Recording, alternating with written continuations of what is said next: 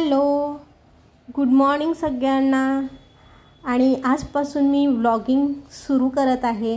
तर हा माझा पहिला व्लॉग आहे। आय होप तुम्हा सगळ्यांना आवडेल।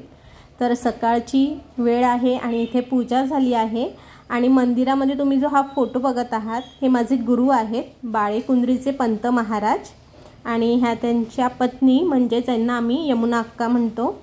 तर त्यांचा हा फोटो आहे। तसंच इथे मंदिराच्या आतमध्ये पण हा एक छोटा फोटो आहे, तो तुम्हाला दिसत असेल, तो देखील हा त्यांचाच आहे। आणि आता पूजा झालेली आहे। हे रांगोळी आहे, रेडीमेड रांगोळी मी तयार केली आहे, स्वतः बनवली आहे कमळाच्या फुलांची। आणि त्याचबरोबर पूजा करून झाली आहे माझी, दिवा धूप लावून झालेला आहे। तर अशा पद्धतीने आणि हा जो दिवा आहे हा माझा खूप फेवरेट आहे। हा असा फुलासारखा दिसतो, मला खूप छान वाटतो तो पाहायला।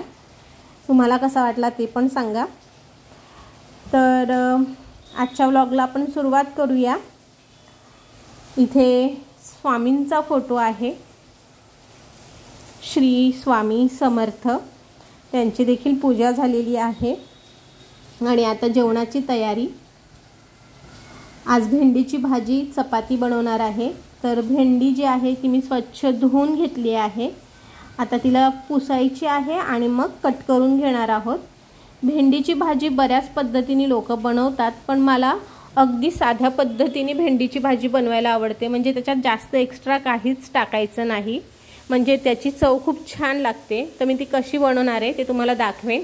इथे तुम्ही बघू शकता माझी भाजी कट करून झालेली आहे आणि इथे हिरव्या मिरच्या पण मी धुवून घेतल्या आहेत। आता कढईमध्ये मी तेल टाकलं आहे, मिरच्या टाकल्या आहेत। मिरच्या मोठ्या मोठ्याच कट करायच्या, कारण की भाजी पण हिरवी असते, मिरच्या पण हिरव्या असतात, तर तोंडात तिखट मिरची जाऊ शकते, ती सहज काढता यावी म्हणून मी मोठी मोठी कट केली आहे।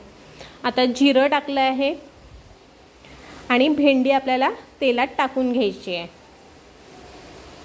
भेंडीची भाजी चिकट होऊ नये ना म्हणून ती जास्त परतवत नाही राहायची, थोड्या थोड्या वेळानेच तिला परतवायचं, म्हणजे ती चिकट नाही होत। आणि यात लसूण पण टाकतात, काही लोक कांदा टमाटा पण टाकतात, पण मी कधीतरी लसूण टाकते, कधी कधी नाही टाकत।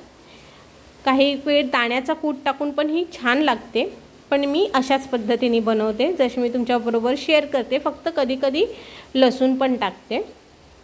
तर आता एकदा आपल्याला ही तेलामध्ये छान परतवून घ्यायची आहे। ही परतवताना गॅस मात्र फास्ट ठेवायचा, सगळीकडे छान परतवून घ्यायची हिला। ही बघा आता तेलात परतवून झाली आहे, दुसरं काहीच अजून टाकलेलं नाही आहे मी।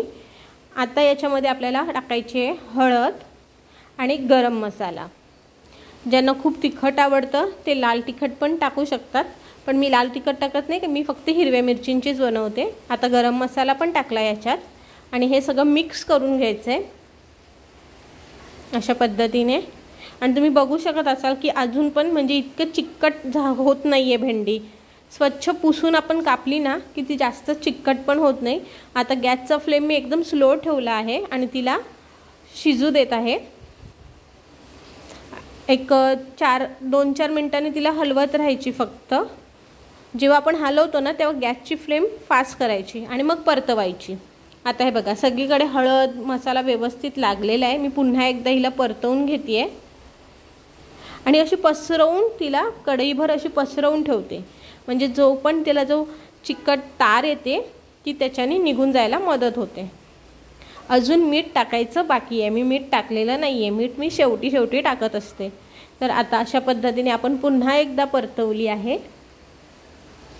आणि प्लीज माझा हा पहिला व्लॉग आहे, तर सगळ्यांनी सपोर्ट करा, जास्तीत जास्त लाईक शेअर करून तुमच्या फॅमिलीबरोबर पण शेअर करा।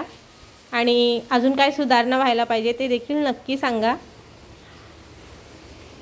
तर आता ही बघा ऑलमोस्ट होत आली आहे। एका हातात कॅमेरा आहे आणि एका हाताने मी शूट करते, एका हाताने परतवते आहे, त्यामुळे थोडं जमलिंग होतं आहे। हे बघा भाजी तयार आहे, त्याच्याबरोबर चपाती केली मी, दही आणि शेंगदाण्याची चटणी। व्हिडिओ आवडला असेल तर लाईक शेअर कॉमेंट करायला विसरू नका। थँक्यू।